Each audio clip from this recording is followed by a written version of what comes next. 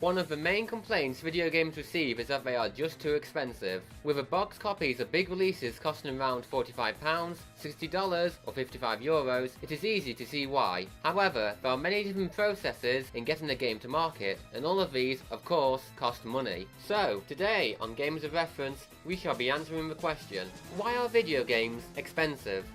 Instead of being general with this topic, it may be a good idea to look at a specific game, break down how it is made, and the costs along the way. Doing this may help explain the end cost. Due to it being one of the best-selling games of all time, Grand Theft Auto 5 will fill this role. As well as this, pounds will be used as a currency from now on, but conversions will be available in the description. Obviously, one way in which money is spent is on the employees of Rockstar North, the main development studio responsible for GTA 5. According to Wikipedia, Rockstar North employs over 360 people over multiple disciplines, such as programming, art, design, and so on. To estimate the total salary for all these people, we will use an average salary figure for the UK, as Rockstar North is located in Edinburgh. According to the Office for National Statistics, the average income for a UK worker is £27,271. Applying this salary to all 360 people, we can see that the estimated total pay per year for Rockstar North is around £9,800,000. However, in reality, this number is likely higher, as those in the software industry and management positions are often paid higher than average salaries. As well as that, this only calculates the pay for a single year, and for a game on the scale of GTA 5, the development process can take years.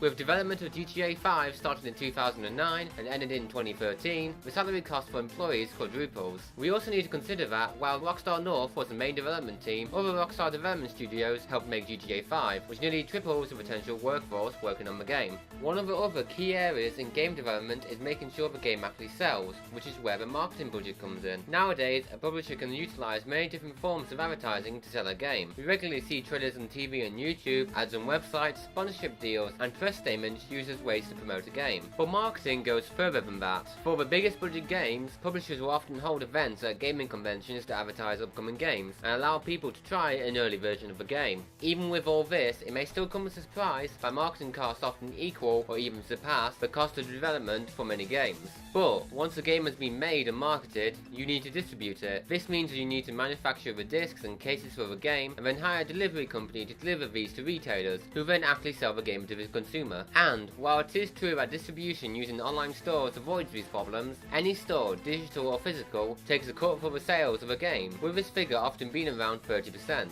Not only this, prices on digital storefronts are often higher than they should be, since if the price were too low, then sales from the retailers would reduce, making them unhappy and less likely to stock and advertise at developers following games. With all of this combined, it is little wonder that GTA 5 cost around £170 million to make in total. This helps explain the high price of a brand new video game. So, when you give a hard-earned £45 for a new video game, you can at least know the cost going into it.